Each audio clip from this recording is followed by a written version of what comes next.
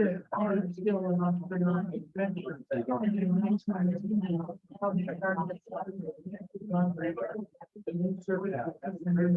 1, 2. Okay, I'm on.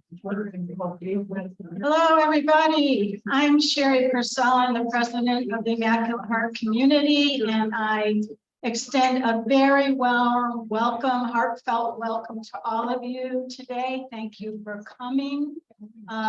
There are several members of our community here. Would you just raise your hands if you're here? And we have people, I guess, on Zoom too, although I can't see the Zoom screen, who are members. So at your tables, please chat with each other. We want to get to know you. We want you to get to know the Immaculate Heart community. I want to do a call out, though, to our co-chairs of the Environmental Commission. Alice Druffel is here. Alice, do you want to identify yourself? Alice and Victoria Berry, and I lost you. There you are. Just a little bit about who we are. We're a faith-based community that was formed about 50 years ago. We take in new members every year, and we have our roots in Catholicism, but today we are an ecumenical community of about 100 people, men, women, gay, straight, single, married. We live all over California, up into Washington State, across to Tennessee. We have members in Canada, and we even have a member who's coming in this year from Great Britain. So we come together spiritually for spiritual growth, and we believe in putting our faith into action. Our mission calls us to engage in action that fosters care for the earth and all beings. So we do our justice work as individuals, but also concentrated work through our commission. So I already mentioned the commission on justice for the environment, but we have one on justice for women, one on justice for immigrants, refugees, and indigenous people. We have a commission that we call Anti-Racism as Spiritual Transformation. So we approach our justice work in a threefold manner: educate, pray, act. And these lunch and learns that we have established this year, we really think are an important expression of that approach. So by creating opportunities for meaningful dialogue with the important voices of our time, like a Jonathan Parfrey, the prophetic voices, we're hoping to stimulate action on our critical issues of our time. Before I turn this back to Pam to do a better introduction to Jonathan, or an introduction to Jonathan, I really want to read a quote for you from Pope Francis. This is from Laudato Si, and Pope Francis is reflecting on some of the words of Saint Francis, who talked about our common home. Our common home is like a sister with whom we share our life, and a beautiful mother who opens her arms to embrace us. And Pope Francis goes on to say, this sister now cries out to us because of the harm we have inflicted on her by our irresponsible use and abuse of the goods which have been endowed. We have come to see ourselves as her lords and masters, entitled to plunder her at will.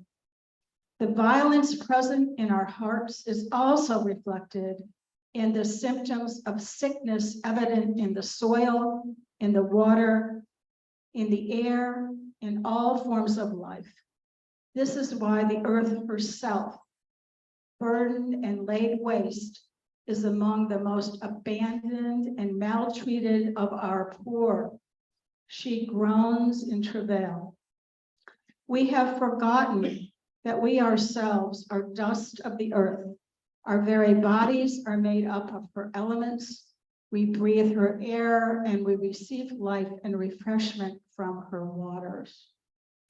The Immaculate Heart community hears the cries of Mother, and we want to join with you to coordinate our efforts to collaborate in terms of how to address those issues of our time. So we're really happy that you're here. This Lunch and Learn series continues every month on a Friday. We have different themes that we talk about every month that relate to justice issues, the critical issues of our time. And even though they're different themes, we all know that there's intersectionality there, right? It's all connected. And so it's really, we think it's important to bring together all of you, your organization, so that we start to work together and learn how to collaborate. So anyway, thank you for coming. We hope to see you again next time. And I'm going to turn it over to the wonderful Pam Hope.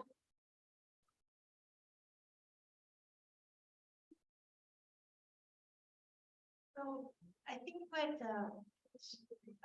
what Sherry just said just so resonates about everything being intersectional, and also how the interconnectivity of our lives and our issues are so pressing. When I think about Jonathan, I think he's really the symbol of interconnectivity. I met him when I was 25 years old. Now I'm gonna be 60 this year. And I met him on the day that I was getting arrested at the Ultimo Marine Base. And as an aside, it turns out that our own Pat was getting arrested at the same time. Pat Reed. And then throughout life, we run into each other at events. And we're not hangout buddies, but I read about Jonathan all the time. And I can tell you that if you look online, you'll see trillions of articles that really show that he's a pulse of all the important things that we find that we care about. So when I met Jonathan, he was the head of the Orange County Catholic Worker. He was the founder of the Orange County Catholic Worker. More recently, he worked for the Physicians for Social Responsibility, and in that capacity was the executive director. And ultimately, during the era that he was there, they won a Nobel Peace Prize. So he was for LA people, especially, you'll know Ciclavia, and he's a co-founder of Ciclavia. And I could go on about all the great activities, but today he's coming to speak as the founder of Climate Resolve. And I'm just so excited that we get the caliber of speaker that we have, and also somebody that I think if you haven't known him, then you're gonna be following his career like I have. Like, what are you doing next? So I want to introduce my friend and hero, Jonathan Parfrey.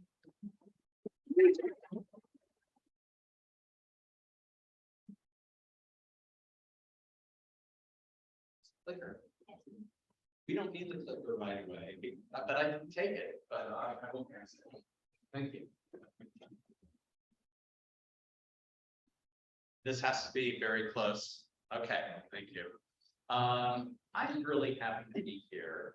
As Pam alluded, I lived in a religious community for 13 years, and it is here in Boyle Heights at the LA Catholic Worker House, working every day on Skid Row, sometimes jogging home over the bridge, 6th Street bridge that got torn down, you know, but and then occasionally other bridges now have trains on it. We never thought we would have trains in this city.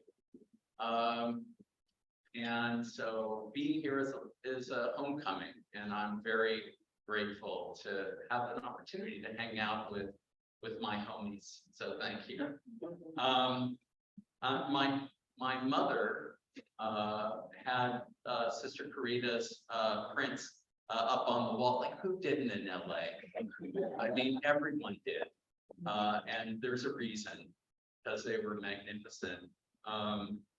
And when I started was at the LA House of the Catholic Worker for 6 years, and then started the Orange County House in 1987, and was there until 1993. Raised my children, or 4 children, with then wife Rio Betts, who has been very active in women's ordination. My current wife, Nancy Cohen, runs something called the Gender Equity Policy Institute. The idea is to analyze public policy and seeing how does it manifest itself? Are we operating on automatic assumptions that are going to manifest themselves in perpetuating the inequities that we already have? I'm so happy to be with an audience who totally understands this. And so I asked her a couple of years ago, could you analyze a climate resilience bill that was a bond measure that was being put out in the California legislature, and see how this would play out in terms of who would get jobs? And she did. And I'm so grateful for her analysis. She's a PhD from Columbia. She really knows her statistics. And her team came out with, if we went on automatic and just did what everyone wanted us to do on climate resilience, only 8% of those jobs would go to women. 92% would go to men. We can't operate on automatic anymore. We have to be thoughtful. We have to look at things. I will share the URL on that study. Really exciting stuff. And they're talking about a new climate resilience bond now. And we have to be very conscious and aware of how those dollars, our dollars, all of our dollars are going to be spent. After the Orange County Catholic Worker, I had a very brief stint with the Franciscans at the Nevada Desert Experience Project. I worked for them for a year. Kind of didn't work out. There was some bad stuff happening at the time, and I don't think I even need to complete the thought on that.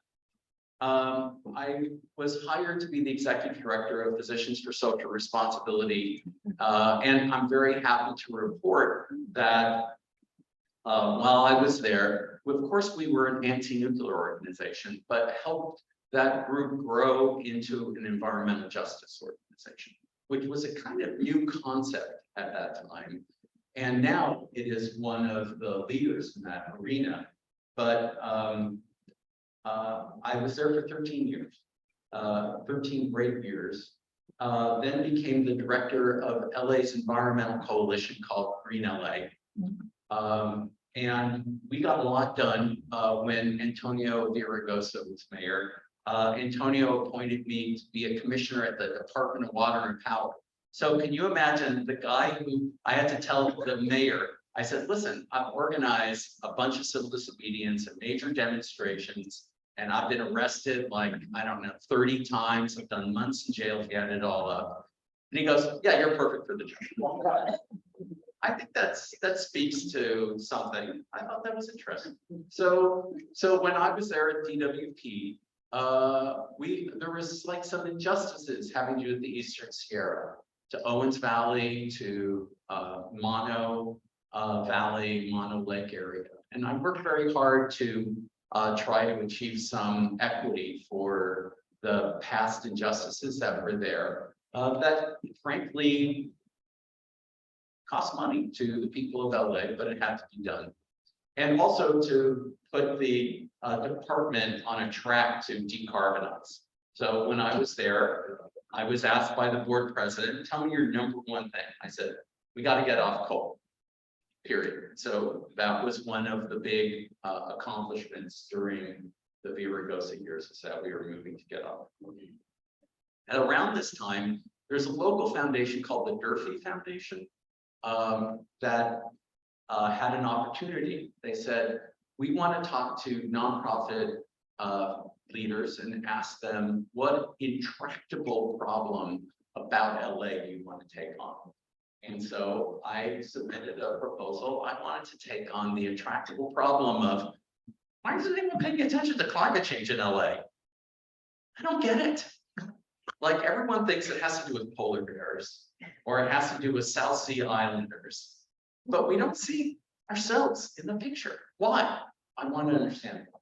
And why aren't we doing more about this? And I was awarded that fellowship. And in the course of that, I did over 100 interviews with people across the globe who are activists. The Waxman-Markey bill, some of you might remember that, had just died in Congress. And so I also read the academic literature in depth. And I came to this unfortunate conclusion that I didn't want to come to this conclusion, is that my environmental colleagues and brethren are kind of doing it wrong. And that there had to be a new kind of organization that had to be established. And so that's why I'm here to tell you a little bit about that organization that I helped establish and how we take on things a little bit differently. So here are some takeaways from that initial survey I did, thanks to the Durfee Foundation in 2009 and 10. Number one, big idea. And I actually think these are really good ideas that can be used by any activist group. Okay, number one, put people in the picture, put people in the climate picture. And so again, if you remember back, and Al Gore, he got on that crane and he pointed to a chart. I love charts. I love charts, but it's not people. And they pointed to polar bears, not people. And the scientists, by the way, at the time, if you recall, they kept pointing to their studies. And what did they always have in their studies? They said, at the end of the century, in the year 2100, okay, how many people can relate to the end of the century? You know, like if you always talk about climate change, that it's way over there, it's in the South Seas, it's at the North Pole, or it's in the year 2100, how does that feel like you're in that picture? You never do. You can't relate to it. And so if it's distant in time and distant geographically, you just don't connect to it. And so our goal was, let's put LA in the picture. Let's put the people of LA in the picture. So we worked with scientists out of UCLA, Dr. Alex Hall, wonderful man. Look up his work. I see my friend Alice here, and she knows Dr. Hall. It's like did a series of studies on what is going to happen to LA, not in 2100, but much, much sooner, and what's happening now. And Dr. Hall has done those attribution studies of what has been happening in California. Can you attribute it to climate change? By the way, the answer is yes. Then idea number two. So that first one is put people in the picture. Idea number two is keep the message positive. Now, this sounds very counterintuitive because we're talking about climate change. Like it is the existential threat. Like if we don't get this right, civilization's in a whole bunch of trouble. And I have data I'm going to share with you in a little while that is going to let you know that we're in a lot of trouble. However, that doesn't attract the public. If you are always negative, if you're saying, you know, like you're nihilistic, what do people get excited by that? Do people say, I want to sign up? Oh yeah, you say it's the end of the world. Okay, how can I do something? You know, it just doesn't resonate with folks. So you have to keep it positive. And related to that, idea number three, is you have to demonstrate that progress is possible. That if you can engage, you can yield a result. There are things that you can do that would have a positive outcome. And you can actually experience that in your life here and now. That it's not 30 years from now. It's not at the end of the century, but it's now. And so people want to feel as if you're asking them to invest their time, tax dollars, that there will be a yield on that investment. Otherwise, why do it? Okay, it's meaningless and there's nothing we can do about it. Why should I even think about it? Why should I even care? So idea number 3, demonstrate that progress is possible. Idea number 4, climate change is indeed a global issue, a global phenomenon. Get into, I only have one slide on the effects of climate change, but I'll leave it up there for a while because I really wanted to come home and resonate. It is a global phenomenon, but its effects are felt globally. That its effects are being felt right now, this global phenomenon, in different parts of the globe. Now, I'm going to say right at the outset, LA, I'm an Angelino. We had a lovely winter, did we not? All that rain, fantastic. I mean, doesn't it make you feel better? Like you look around and things are green. Like when was the last time things were green? And it's like, it's been wonderful. And this spring, it's been overcast the whole time. I love this weather. It's really fantastic. Because there are other years in very recent memory where it's been hot as Hades in June.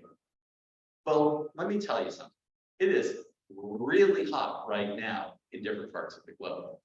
Puerto Rico, hot. It's like in the 120s in Puerto Rico right now. In the whole South Asian sector from India all the way to Vietnam.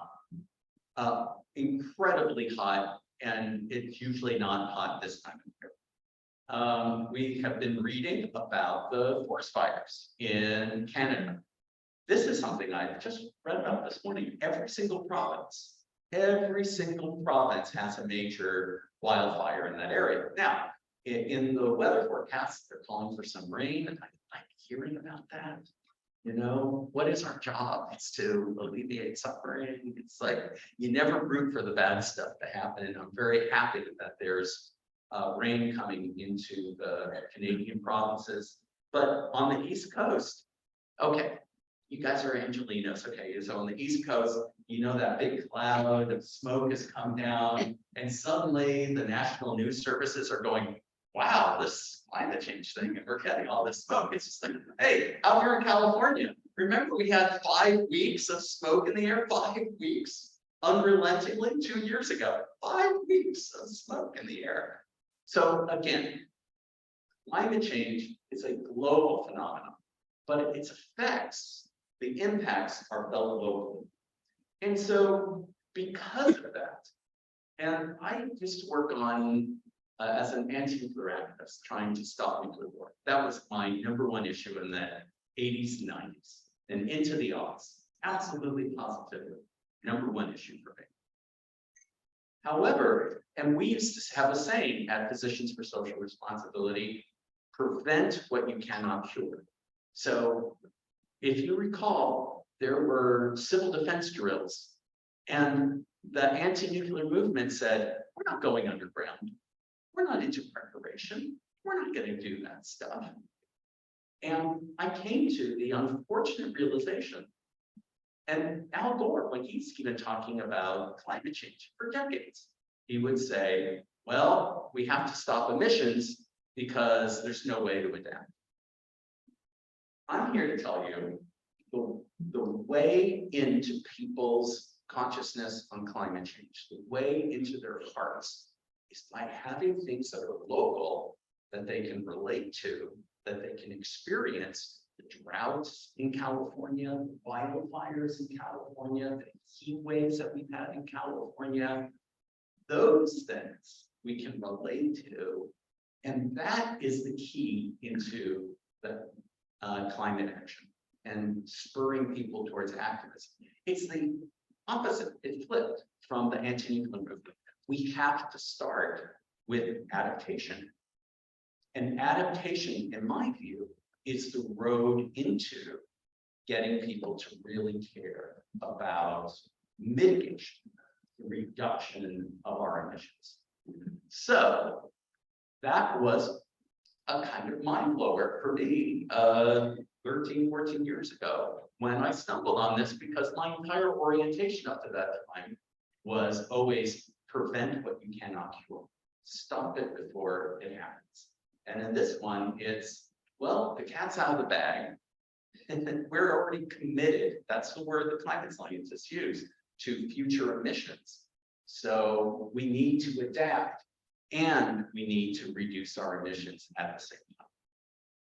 So if you take all these different threads, all these different ingredients, and try to then act on them, there needed to be an organization that was different than Al Gore's organization, clearly, because I came down to different conclusions at the time. Things that were local.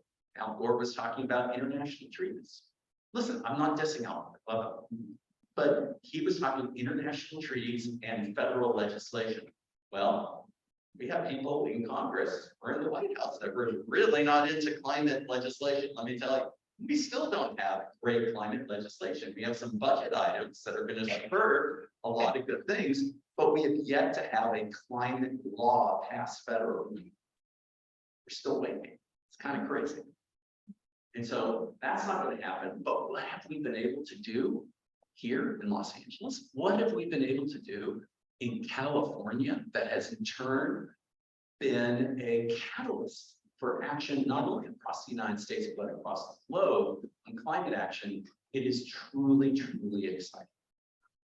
So we're not powerless because we don't have an international treaty.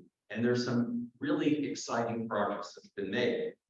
By no means is everything fantastic and done, but there has been tremendous progress. So there is, again, a more local focus, putting people in the picture, showing solutions, starting with resilience and adaptation, and then moving people towards the reduction of emissions. It required a new kind of organization. So that's what we did. So in 2010, started Climate Resolve. I left the Green LA Coalition and just started a new organization. And now we have 25 staff members. We're about to add 3 more.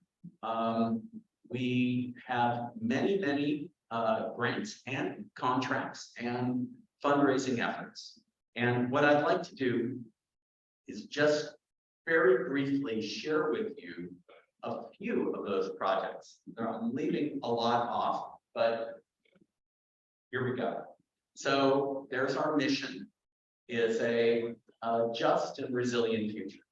And I love the way Pam said that we're very intersectional, and that is exactly right. Unless there is a focus on treating people justly and well and elevating lives, we don't know if we're going to get to where we want to go on climate change. It's very interconnected, and we have an equity approach that is at the heart of our work. And there are words on the screen, and they're good words, but I don't expect you to be able to read that from a distance. Okay, so here are some things. We have been championing these things called cool roofs, and I am going to really focus in on this because it's like we've had this tool in a toolkit and we haven't picked up the tool, and it's just sitting there, and it's one of the greatest tools to fight climate change that there is, and we need to do it. All right, and you know what it is? It's just physics, just good old-fashioned physics. You can see on the left the image. I decided to just use images. A traditional dark colored roof. It absorbs the solar radiation, the sunlight, and it converts, once it hits a dark surface, it absorbs it and it converts into infrared, into heat. But if you heat that surface in a brighter color, it will reflect most of that energy back into space. And the Earth doesn't absorb it, and it bypasses the greenhouse gases that are in our atmosphere. It goes right back into space instantaneously, immediately. So when you have a roof that doesn't convert to heat, what does that also do? It doesn't transfer the heat into the home. And because it's a roof, it actually ends up cooling the area around it as well. And so our organization went in and worked with the city. And we ended up winning a policy of the city that every new or refurbished roof has to become a cool roof. So I'm here today to report that over 80,000 roofs in the city of Los Angeles are now cool roofs. And the other thing that I kind of like this, remember I said you got to show that there's something that yields a result. So with these cool roofs, when people are in their homes, are going, my utility bill is less. My home is cooler right now. Just physics, it works. There's now an effort on cool walls and cool pavement. So there's like the image on the right is a cool roof, which has a very high solar reflectance value. I could nerd out with you on that. I won't do it. But here is a project that we did in deployment. We worked with this company, GAF. They're the nation's largest roofing manufacturer that's getting into pavement seals, like microns thick, that get added to roads. People say we're painting the roads. It makes me crazy because paint peels, the stuff doesn't peel. So you can see on the left, dark colored asphalt road. On the right, still pretty dark, but it's reflecting sunlight in the visible light spectrum, but also in the near infrared, not infrared, near infrared spectrum, sending that radiation back into space. Physics. Okay, here's playground, junky asphalt, and then you can add these colors to it that are more self-reflective. It doesn't. This is the thing that I learned from working on Ciclovia. You don't wag your finger and tell people to change. You give them something better.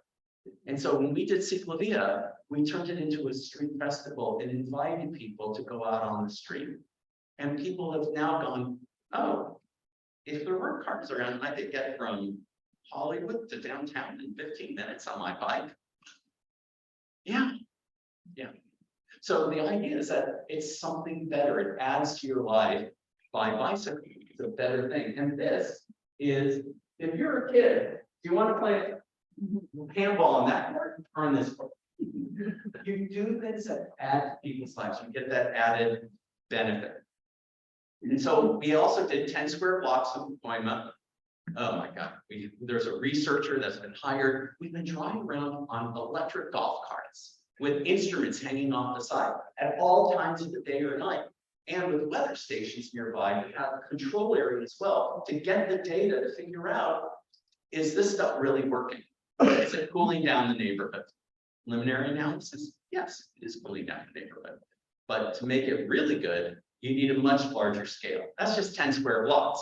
So the wind blows, all the cool air out, all the hot air in, still helps. But what if the whole area has had the cool streets? So we're very excited about that. So we're part of the city's tree ambassador program, which is planting trees. We hire young people from the neighborhoods. They knock on doors of their own neighbors. We get neighbors to plant trees in their yard and also in the area along the street as a way of cooling things down, handing out trees. So many trees die because of just not taken care of. And our friends at Tree People and other organizations, their big emphasis is maintenance, maintenance, maintenance, which you're a religious community. I know you understand this concept, but this is a wonderful program, and we've been doing this in Boyle Heights, Canoga Park, and in the East Valley. Okay. So again, not sharing words with you because just some images. On the left, that's Andres from our organization. And we're working with a place in Boyle Heights, very close to where the Hamburger house is, to do something called a resilience hub. And the concept of a resilience hub is that if there's a community-based organization that's providing services, well, it's already trusted, the community knows it could go there. But what if that trusted community-based organization then reaches out to help people during heat waves? What if it's there where they know if there's an earthquake, you'll get information there, you can charge your cell phone because it's off the grid. And so at this place called the Boyle Heights Arts Conservatory, we're putting solar panels on the roof. We're having backup battery storage, and we're working with this company, Era, which is a big engineering firm, and they've donated their time to design a potable water backup system that'll have hundreds of gallons available without having to treat the water, have it in big barrels or anything. That's available to the community in the event that our water supply is curtailed.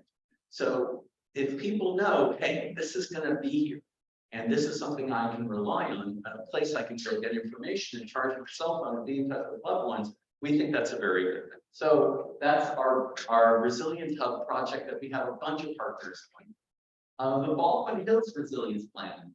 Okay, most people think of the Baldwin Hills as the place they speed through on La Brea or La Cienega getting to the airport.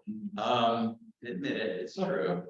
It shouldn't be. It's a beautiful park. If you ever get to walk around, Kennehawn Park is actually gorgeous. There's a beautiful Martin Luther King memorial that's there where you actually get one of the best views of Los Angeles. And like, if you've ever seen those photographs of like downtown LA in the foreground and the San Gabriel Mountains with the snow in the background, they take it from Baldwin Hills, from the MLK Memorial site. Anyway, that's an aside. So parks can be an asset in helping people stay resilient. So for example, on an extremely hot day and you don't have air conditioning, where do you go? Go to work. Sit under a tree. Hey, they have water fountains there. Now let's hope they're working, right? Hydration station. We don't call them water fountains anywhere. They're hydration stations. Okay, fine. But we love this idea and making parks part of the answer that people will naturally go to as a service. And now we're talking with the Baldwin Hills Conservancy of expanding this concept to their added areas of their service territory of other urban parks providing these resilient services. Okay, again, climate solutions that are local, that you can actually feel and experience. Okay, here's the slide I promised you. Here's the bad news that'll turn into good news with a question mark attached to it. So if I might, this is a NASA slide. This is not called the pinko liberal fabricating science slide. Federal government NASA slide. This is what it's describing, the Earth energy budget. Here is sunlight coming in from the sun. Some of it gets reflected by clouds. May gray, June gloom. Not so much sun hitting us. That's why it's been cooler, right? Clouds reflect that up. Then there are parts of the Earth that also reflect sunlight that goes right back into space. Think of the polar ice caps. When it's really bright and reflective, that sunlight just gets reflected immediately. I'm going to come back to that soon. But then there's the heat that, remember I said, when sunlight touches a dark surface, it converts into infrared energy. And so now, this is from the sunlight that strikes, it goes back into space, that heat, and it goes up. However, there are things, aerosols, in our atmosphere. Thank God they're there. We wouldn't be here without those aerosols.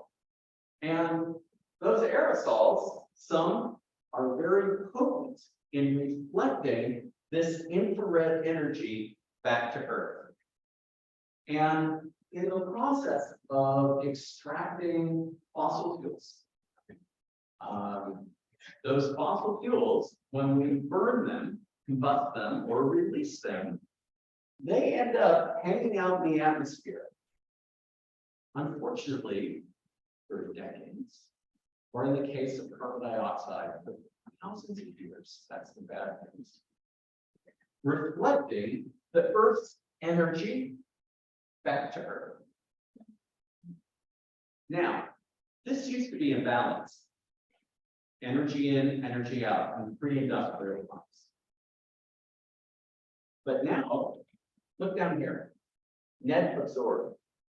Because of these aerosols, fossil fuels, burning them, that we've introduced into the atmosphere, that they radiate back, we now have a net addition of energy, and that number is, according to this study, there are other studies, but this study is 0.6 watts per square meter of additional energy that didn't used to be there. That is now there. There is a word the scientists use for that phenomenon. It's called solar forcing. Solar forcing. Now, I wish someone had made it this easy to understand climate change. I think I made it pretty easy for you. Now, I'm going to go back a little bit and talk about fossil fuels. What are fossil fuels? Coal, there's natural gas, there's crude oil that we refine into petroleum. Where did it come from? It used to be a thing that was alive. It's a living thing. Some of you might even remember the old ads of like a dinosaur in your tank. Remember those ads? Sinclair even has a dinosaur now. Yeah, that's bullshit. 99.9999% of fossil fuels was algae and plant matter. I mean, so there might be a little bit of dinosaur, but not that much. Mostly algae that was in water bodies. It would sink to the bottom, and then there would be more come on top. We're talking about tens of millions of years of plant matter falling to the bottom of water bodies, falling down. And then you would have seismic activity, and then you would have atmospheres of pressure on top of those things that were once alive, that plant matter, and it would compress it. And then a few more million years would go by, and more seismic activity would get compressed. And more again and again and again. In that process, this condensed form of life that once existed, condensed form of life, in the last 200 years, we've extracted, we just burn, put it out in the atmosphere. The problem of climate change, seen in this light, isn't that, this is like what is evil and terrible. It's that we now have too much life matter in our atmosphere. We've taken things that were once buried and liberated them into our atmosphere, and now they threaten them. Very interesting when you look at it in this different way. And so I'm going to give you a shortcut. Like we're having fires in Canada. You go, that's really going to be bad on climate change. Wait a second. If it's on the surface of the earth and something happens with it, generally it's pretty good. We can survive that. We can get by with that. There are people who argue that the forest fires are so bad now that they're making things. Lenore, thank you for the soundtrack. But where am I?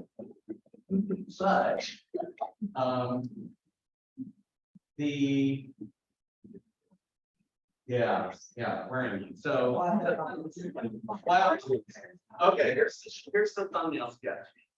If something happened and it's above ground, it's okay. We'll get by. If we're liberating stuff that's been buried underground and we're adding it to our atmosphere, that's really good. And here's, I promise you, really bad news. That carbon dioxide that comes out of some of our cars that some of us took here today. Look at that, people drove in a car. It's gonna stick around for thousands of years. So, and it adds, every bit adds a little bit more. And so the heat waves and the forest fires that we all experienced the last decade, that it takes about 30 years from the point of emission for it to be expressed fully in a weather event. And it's additive. So the more we put in, the more that there's up there in the atmosphere, reflecting more back. So it's a positive feedback loop, which means that in the geologic history, there used to be a lot of carbon in the atmosphere. The way it got dealt with is over the course of millions of years of plants drawing that carbon down by photosynthesis. Remember, plants breathe in CO2, and then they would put it in their roots, and it would go into the roots, and funguses and other things would hold on to that. We need to do that. Everyone said planting trees is a really good idea. It is a really good idea. But we may need more than that because we really screwed up in our industrial world, putting all of these greenhouse gases into the atmosphere. So remember the term I used that the scientists say over here that contributes to this, solar forcing. I'm here to tell you there's something that we have that's called negative solar forcing. And do you know what it is? Let me show it to you. It's cool roofs, cool walls, and cool pavements. That it just in our built environment, just what we've already done in our asphalt streets that are dark, pigmented, and our roofs that some of us like these really dark colored shingles that we put up there. If we just made them more reflective, that in and of itself is a huge climate solution. That our organization, we've talked to the White House Office of Science and Technology Policy, OSTP, on this concept. They love it. The guy who's Joe Biden's climate science advisor, his name is Phil Duffy, he's run Woods for. When he said to us on the phone, it's like, God, I think we need geoengineering, but you guys are doing geoengineering, and it's not geoengineering. Because it's just the built environment that we're changing to have this better relationship on the Earth's energy balance. All right, that is my crazy slideshow. And we have so many more programs beyond this, but Pam said to me, you have to tell people to do something. And so I'm here right now to tell you that that URL will take you to our website, and there is an action alert waiting for you right now. So, and that action alert has to do with the California budget. Some of you have cell phones. I wouldn't be offended if you typed it in. I know it's hard to do because the type is so small, but that is our action alert webpage. And we're trying to get Governor Newsom to not slash funding for helping people deal with extreme heat. We think that that is important because, not just because of the negative solar forcing that I described, but because that's what kills more people than any other weather event, than earthquakes. It's people get cooked by the sun, and it ends up affecting their health, and especially people who can afford it least. We see this again as an intersectional thing. Like, let's help the people who are in the crosshairs of climate change now. And so that is what this action alert is about. And guess what? They're deciding on the budget this coming week. Please, please, please make this a priority. Send the governor and the legislators a note saying saving lives from extreme heat is very important. Okay, so that concludes my prepared remarks, but I am very happy to field any questions that you might have. Am I on time? We're good? Okay. Yes, How much is this, you call it, negative solar forcing with cool roofs? How much impact does that have vis-a-vis the climate, the climate warming? thank you this is a softball question. I did not set it up ahead of time. Thank you for asking it. There's actually a white paper that our organization is going to be issuing on this very topic. There's of course disagreement in the scientific community. A preliminary analysis is that if we just incrementally increased the reflectivity of our roads and buildings, it would be the equivalent of 10 years of emissions. And is that just in that States or is that not worldwide? This is US emissions to US savings or avoided greenhouse gas emissions. It's expressed as carbon dioxide equivalents, CO2. But I don't want to nerd out in front of you, so. Rosa. So you were talking about the organization reaching out for the use of parks for special needs and events. Right now, recreation in parks does open up during the hottest times of the year for people to come as cooling stations. Also, every one of the directors in recreation in parks are trained so that in case of an earthquake or other major events, the parks are the places where people can go to, and they're supposed to know their communities. If anything, I think maybe City of LA needs to use its neighborhood councils to get all those people trained. So then that way, what you're doing in Boyle Heights will be replicated automatically in every single neighborhood council, because people may not be able to get any help for like weeks. And if they already know what the resources are in their neighborhoods and those people are trained, then the parks can be used better for all of that. I love that idea. Thank you. By the way, I have a very perverse thing I do during heat waves. I visit cooling centers. I have yet to see a single person in one. Yeah. Yes. Yeah. And think about it though. Let's say you're elderly, let's say you're in an apartment, let's say you don't have air conditioning. And the cooling center is 2 miles away. And let's say you're gonna go out in that extreme heat and go 2 miles to sit in a space with metal folding chairs. By the way, the AC is great, and every time I've gone, it's magnificent, but the facilities are empty. So our idea is help the community-based organizations that have these relationships. There's groups out of clinics at promotoras that actually go and they know their neighbors, they know the neighborhood. Find out where the people that actually don't have AC or for financial reasons don't want to turn on the AC because they need to save money, and help those people first and make sure they're okay. But just having a nice public service announcement on KNX radio, we've opened up the cooling center, for me, doesn't cut the mustard. That's all.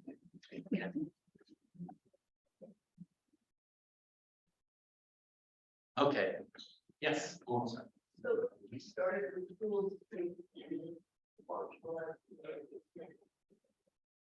The question was, what if we start with cool streets and marginalized communities? Well, our organization pushed the City of LA's Bureau of Street Services to start experimenting with cool streets. And so as of today, there's about 100 lane miles of cool streets in the City of LA, and also in Phoenix, they have a big initiative. There are different products on the market, and candidly, some work a little bit better than others when it comes to the performance of these cool streets. Typically, people aren't hanging out in the middle of the street. And so there have been some studies, being totally candid with you, that suggest that the sunlight reflected up gets captured by your clothing or by your skin, and it could potentially make you hotter or feel hotter by the reflective materials. There are other studies that say that's 100% wrong. That a cool material, you no longer have the thermal emissions around you of that heated asphalt. So that if it's a cool thing, it's just the whole area is cooler and you're just fine. Different philosophies on that. This is such a new area that we actually haven't gotten to the bottom of it. But to tell you the truth, how often are people hanging out in the middle of the street? Never. So I think it's a great idea. Personally, playgrounds, maybe we wait a little bit until we get more studies, because you want to make sure kids are safe and everything, because they do hang out on those things. But to tell you the truth, the studies that we've been involved in show that there's no negative effect of the reflected materials onto skin or clothes.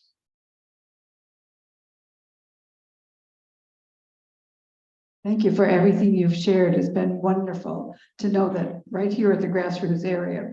I saw an interview this morning with the Democrat from Delaware, Chris Coons, who has a bipartisan thing on the environment that got passed recently, 7 Republicans, 7 Democrats. That they got $369 billion. Now, can that be accessed by your department to do some good? I'm not a department, and so your words are actually correct. Most of those funds are going to go to states, and states in turn will send it to cities. We actually have a program that we call Ready for Tomorrow in our organization. We have a staff of people that go to under-resourced cities that they don't normally know how to draw down those dollars. So we've been working with this group, like City of San Fernando. We just won $500,000 for them. There's a group called the Fernandino Tatavian Band of Mission Indians. We've won over $1 million for this tribe to draw down some of those state and federal dollars. Then there's the cities of Commerce, not a rich city. City of South El Monte, we've helped them draw down money. City of Compton, they need help, and we've drawn down funds for the City of Compton. Those are the things that we focus in on. So yeah, those funds are available. There are state funds and there are federal funds. But if you're in the City of Compton, are you going to know the special secret climate words to use to draw down the climate money? Yeah. So we're here to help on that front as well. Yeah. Thanks again for amazing information. So I have 2 questions there. I thought they were disparate, but I think they're kind of related. One is, what do you think about carbon offset credits when we're being asked to purchase all the time now for everything? And the other is a little bigger, and it kind of maybe violates your interest in sort of the international and the treaties and things like that. But I think the UN has estimated we're getting about 20 million climate refugees. I work with refugees a year. We're going to have 1 billion by 2050 from countries of the global south, what was used to call the third world. How much of what you're doing, the success of how much of what you're doing will depend on how it's replicated in places like Mumbai, in Mexico City, and other parts of the global south that frankly have maybe a valid ethical claim to say we haven't polluted. We're not the rich white industrial West. We need to catch up industrially. And so how does that, sorry to be a party pooper, but how does that kind of frame maybe or impact your approach? Thanks. You have asked beautiful questions, and our organization has never made a claim to touching on all of these areas. Our goal is to get California to be a catalyst and a leader so that other states, nation states, other places follow that lead to show that you can have, we're in a market economy globally. So if you can show that working on climate change doesn't have a penalty to economic activity, and actually, frankly, it enhances it, then people go, oh, wait a second, we will be part of it. I don't think we're gonna preach to the state of South Carolina to get them to work on climate change by appealing to their better angels. I'm not that naive. I want them to have FOMO. It's like, oh, California is taking off economically and you're stagnating. I'd rather have that. Like, we're doing these right things, and then they're going, how do we become part, and how do we catch up to do the right things so that we're part of the global economy? And so that's a different approach rather than trying to convince them. On the question of offsets, there are different kinds. So there are offsets that you can buy on a market where you actually don't know the provenance of those projects. You just don't know. I believe in offsets where you actually know exactly what was done to reduce greenhouse gas emissions, where it's absolutely clear and it's a very trusted organization. But if it's on an open stock market, I don't trust them, period. But if you actually know that you're, like, I have purchased offsets from a very legitimate company that's been doing wonderful things in a variety of different ways. And I have absolute confidence that those projects were actually performed and it's helping. So it's a yes and no answer to that. On refugees, it's a huge question. I think it's going to be the largest indirect impact of climate change.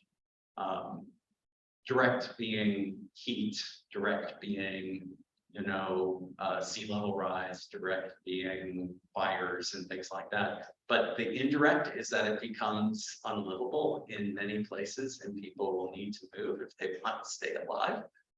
Yeah, it's going to be enormous. And as you know, when there are refugees, there's often frequented by tension and violence.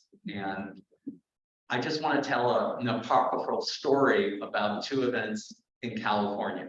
And it's not refugees going across borders, but displaced people, which is somewhat related. So when the city of Paradise burned down, there have been some very interesting studies of where people went to. Where did they flee to? Well, a lot went to Chico, which is the city just down the hill from Paradise. I don't know if you've ever been in that part of the world. And then there's some who went to Oroville, some to Sacramento, some to LA, some other parts of the country. A lot of them wanted to stay close to home, so they went to Chico. And so that was called a receiving community.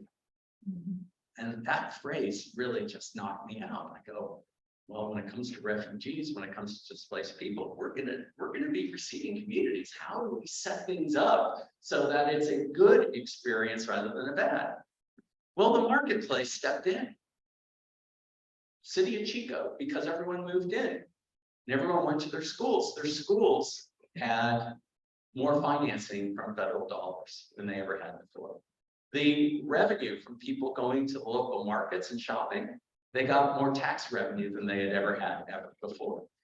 The displaced people helped the local economy. We studied the Woolsey fire, and I came in with a supposition.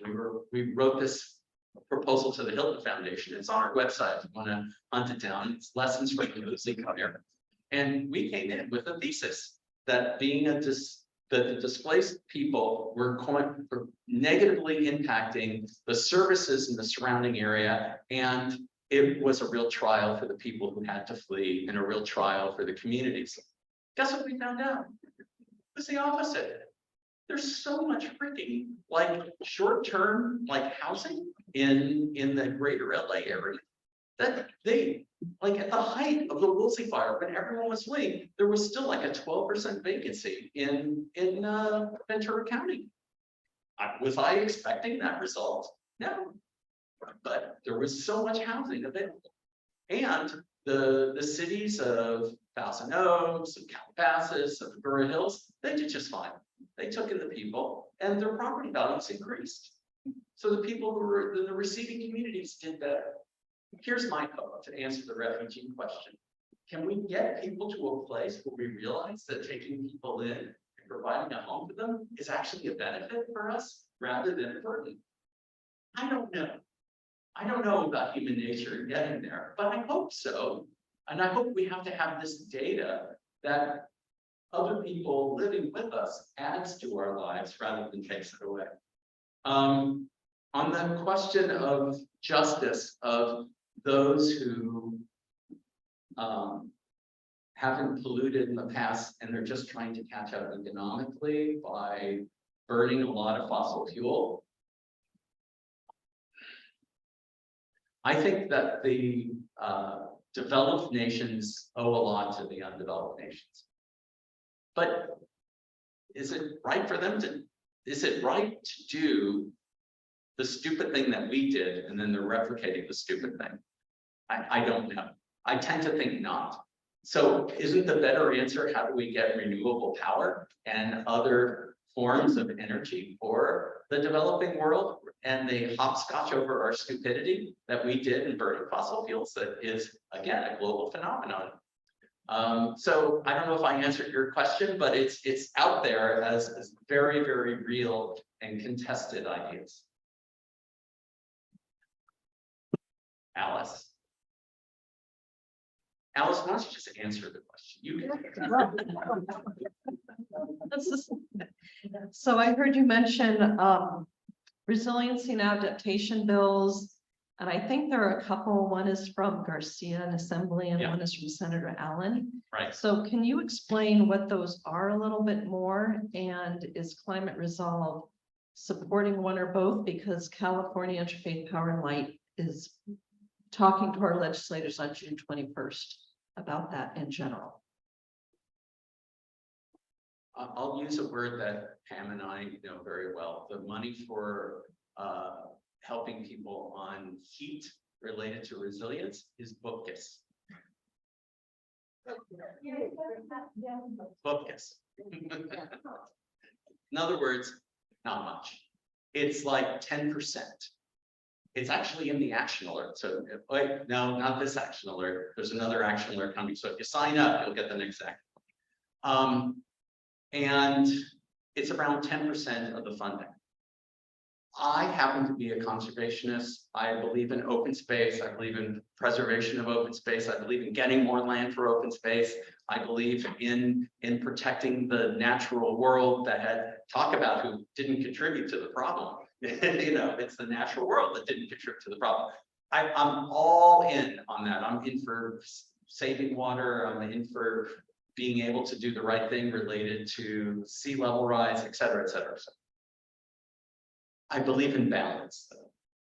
And if the leading cause of injury and fatality related to climate change is through extreme heat, and we're only putting 10% of our money towards that, that's a problem. I alluded to the study by the Gender Equity Policy Institute. When they looked at it, they found that if you put more money into extreme heat, it levels out the playing field where women are suddenly, because they provide services, they are more in cities.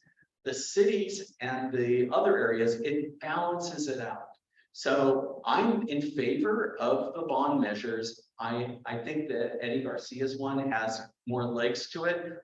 Our organization is actually having at the LA Clean Tech Incubator an event on the 30th of this month with Senator Ben Allen. Please come in the evening. And we're going to be talking about the climate bond. But the word on the street is that the Garcia bill in the Assembly is a little bit further ahead. And yet, focus 10% for extreme heat. Doesn't make sense to us. There has to be just an equitable funding that actually goes to the people who are on the front lines. So there has to be more funding for extreme heat. That's our position. Yes. I'm not sure what this question is. Please. Could I, it relates to. You give it a mic.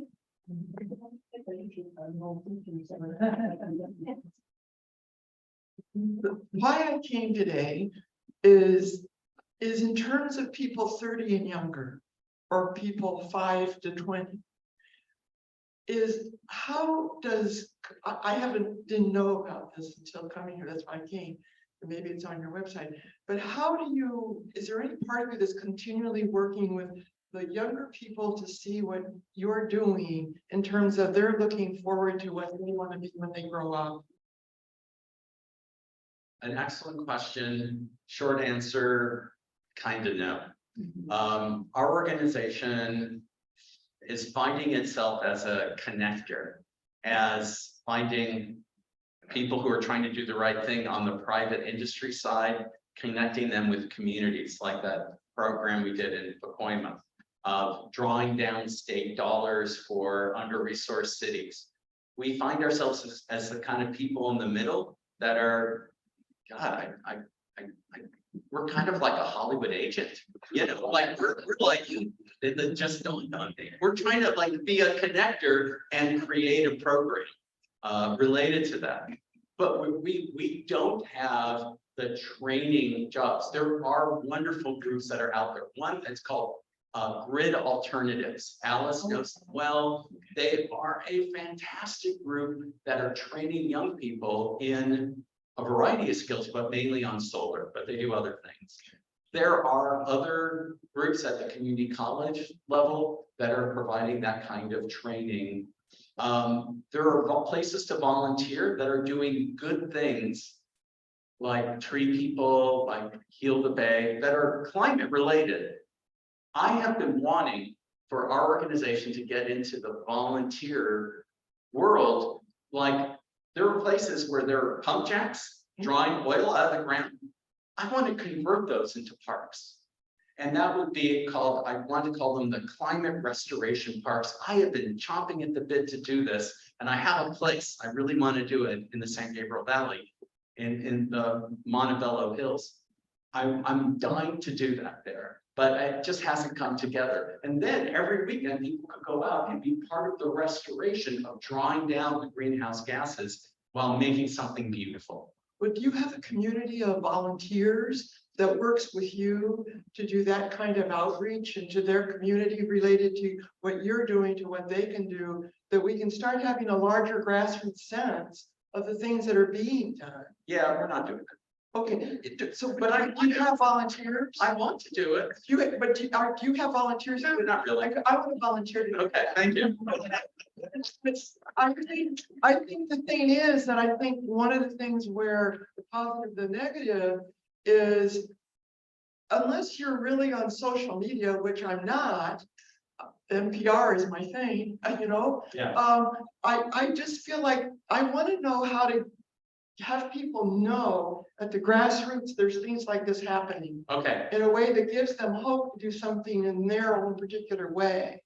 okay. So I like it. I'm taking that back.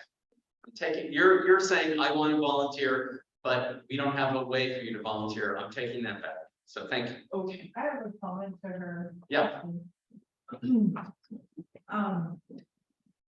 So I listened to I guess it was like a city hall meeting for Las Virgenes Municipal Water District.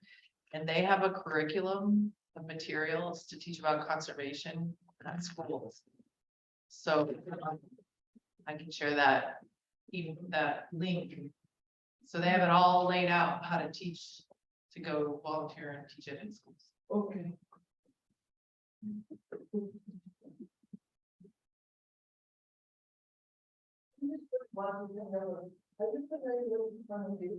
Yes, we work very closely with Pacoima Beautiful. Yeah, We just started to partner with them also. love them. They're fabulous. I'm so glad. They're just. You know that Veronica Padilla, their executive director, her sister is running for city council. You Oh, know is it? that, Padilla. Well, Just saying, yeah, exactly. observation. Yeah. Yeah. Well, we are just so fortunate to partner with Pacoima Beautiful. It's just been a miracle. They're a close partner of ours, and that project in Pacoima, it's But yeah, so. yeah, they've been doing amazing. We have a phase 2, which I didn't talk about, where we're going to put cool roofs on homes. We're gonna put solar on homes. We're gonna put cool walls. We found a paint company who's gonna come in and do that. So that's premature to talk about there, but Pacoima Beautiful is doing the outreach on that. But I gotta say, you know, even on that project, Devil's in the details. Let me just say that. Oh my God. Like, let's say you want to help a renter who lives in a house, you want to put a new roof on that renter's house. Well, you got to get permission from the homeowner. Then the homeowner goes, oh, wait, my house is now more valuable. I have this new roof. I'm going to charge you more rent. How do we help a renter out without hurting them economically? You know, devil's in the details. Alice has an opinion. So, well, no, we're hoping to sell Become Beautiful, this building that our program lived in for 25 years. Awesome. And understanding how maybe improvements can be made, or, how do we structure this deal so that it's really beyond just selling a building, right? Great. So anyway. Love that. Susan's looking at, anyway. The other thing, I just, the whole concept of water is one that I don't know what to do with. California is just a huge problem related to Arizona and Nevada. I mean, this whole deal that we get information about in the LA Times and so forth.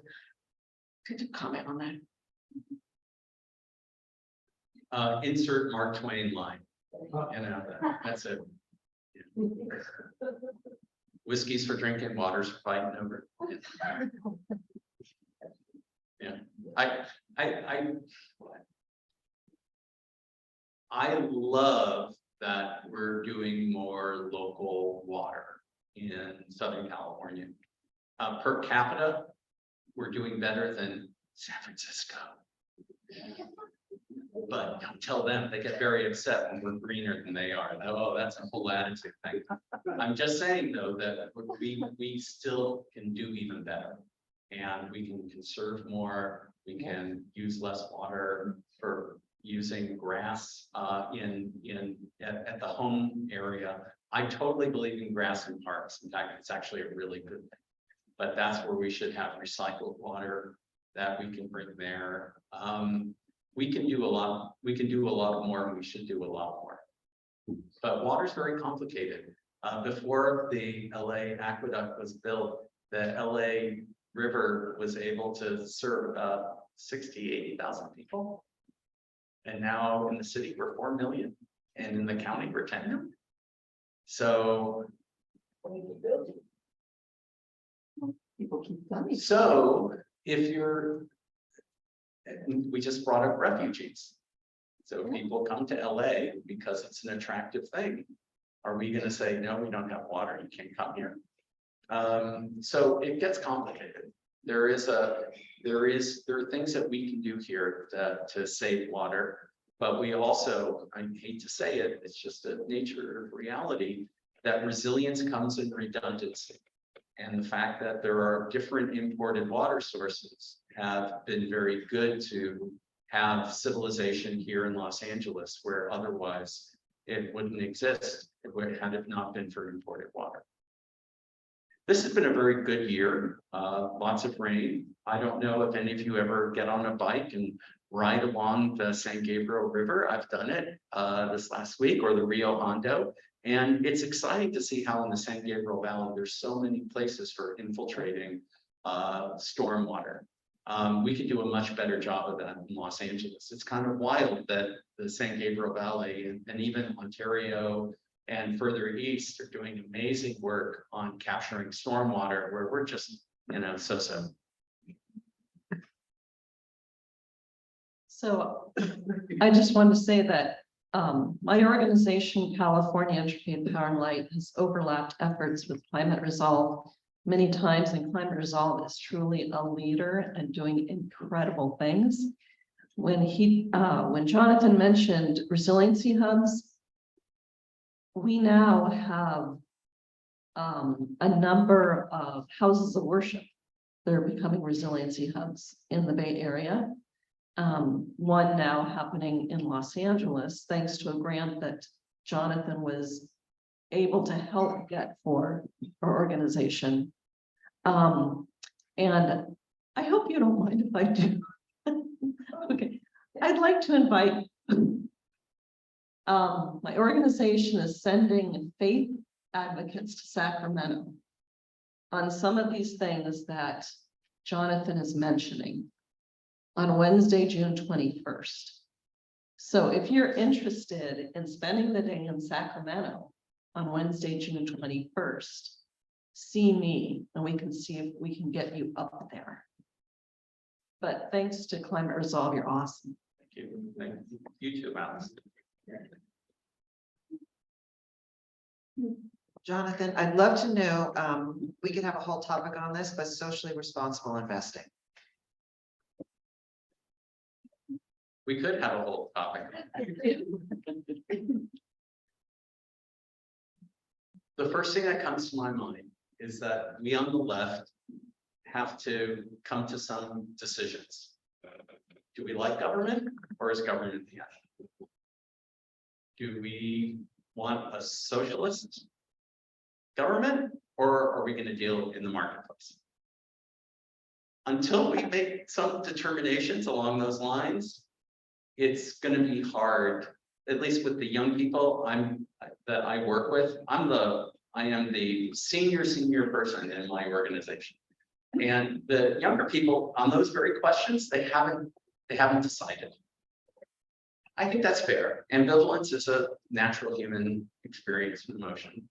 But when it comes to using the marketplace to get things done, I happen to see that there's a lot of evidence that can work. It can work. I've been, as I mentioned, there's this company, GAF, and we are seeing them do amazing things. Putting a lot of money into the neighborhood of Point. And there's a company, 3M. Talk about a two-edged sword. They make forever chemicals, stuff that is never going away. Yeah. They don't do it anymore, but because they're forever, they're still around. And yet they now have a very positive global stance. We've been working a little bit with Google. They're doing some really interesting stuff on identifying places for that negative solar forcing that I was referring to. It gets complicated. And when you say yes to things, it gets really complicated. Saying no is so clean, it's so easy. I pine for those old days of ideological purity when I could just say no to everything. But if you actually want to enhance people's lives, if you want to make something happen, you have to say yes. And then it gets very, very complicated. Let me just say that. And so there is a tension. Yeah. Yeah.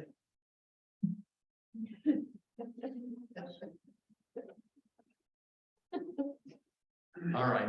Thanks, guys. It's nice to spend my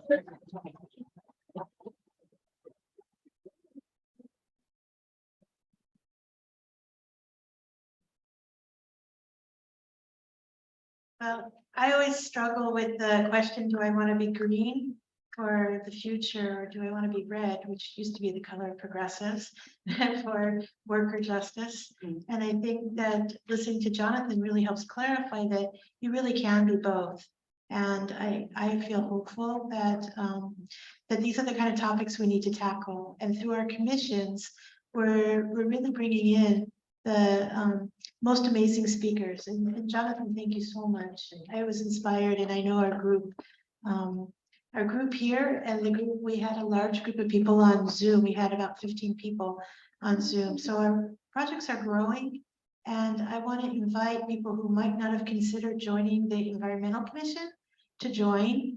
We have activities being planned, and I think Alice and Victoria are leading this group to by the newsletters, by the emails that you get, plus doing the deep dive in legislation. So I think this is something to consider. That are, yes, Rosa. Is that invitation extend to people outside of the community? Yes, please. Okay. And that's what I was going to say next. Please, if you're a member of the community, then consider joining this really crucial. All of the things are crucial, but now you just heard real marching orders that you could take. I did want to invite people to not only invite outsiders or others in the community to our next lunch and learns. I'm going to tell you a little bit about them. But also, when the questions are about young people, they should be here at the table. We should have next steps for people. So I'm hoping that all of our upcoming speakers will reflect that as well. That there is a place, not only in our community, but adjacent to our community. Organizations like Alice's and others that you're involved with already can join together and our impact just grows. Our next lunch and learns, there's a sheet right as you walk out, but I'll tell you about the next two.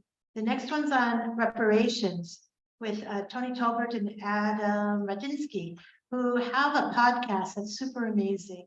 And as you see in the news, reparations are really a larger conversation taking place, an urgent conversation, and it ranges from individual compensation to a more global aspect, which they'll be talking about, which is how can communities benefit from reparations? Maybe as an example, the Detroit water crisis.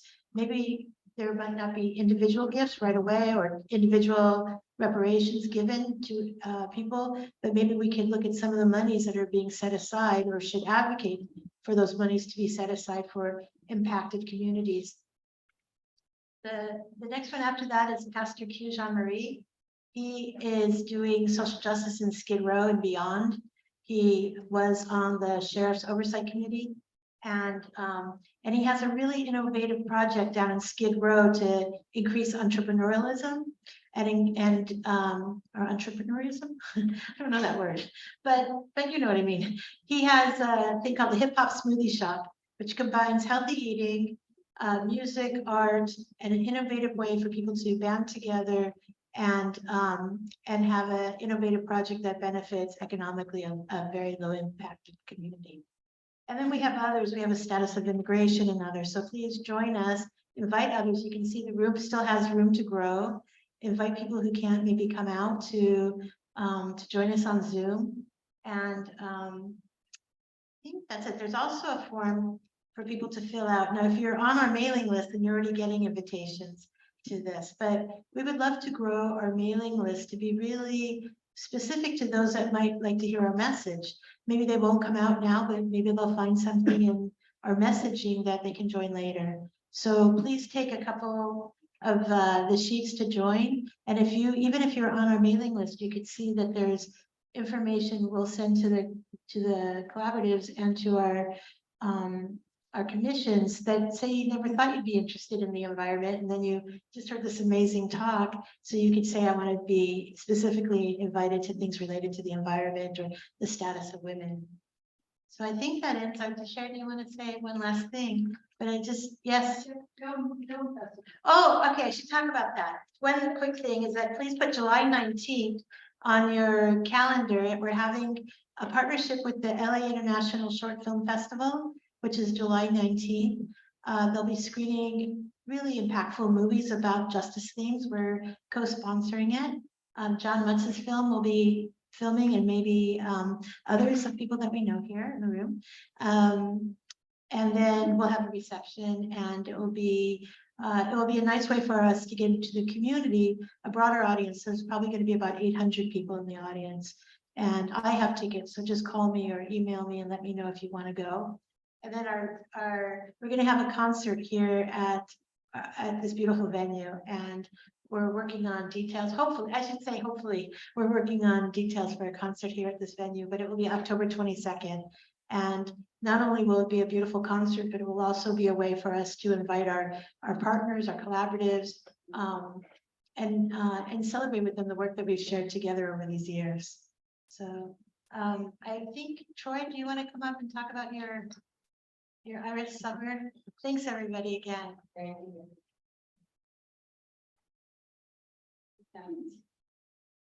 you so much.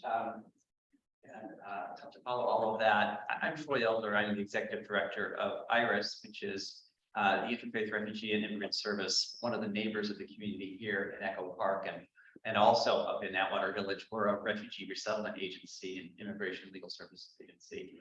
June 20th is World Refugee Day, and we are celebrating the refugees, immigrants, and other newcomers in our midst. in Atwater Village. And we are inviting you to an open house from 4 to 7 p.m. It's on a Tuesday, where you can meet staff, most of whom are refugees themselves. We've got about a 21-member staff, engage in activities like putting together welcome baskets for newly arrived refugee families. There's going to be stuff for kids. There's going to be ethnic food. That's still the right word to say, but a delicious event in all respects. So you're certainly welcome. There's some flyers, and actually I might prevail upon my two colleagues, Veronica and Pally, if you don't mind, maybe just pass around those flyers to the folks at these tables. Would love to see you all, and happy to connect with others in the community here. We've got 3 staff either in the South Building, as some of you may know, working on immigration. A couple had to actually sneak out and meet with clients during the course of this amazing event. Thank you so much.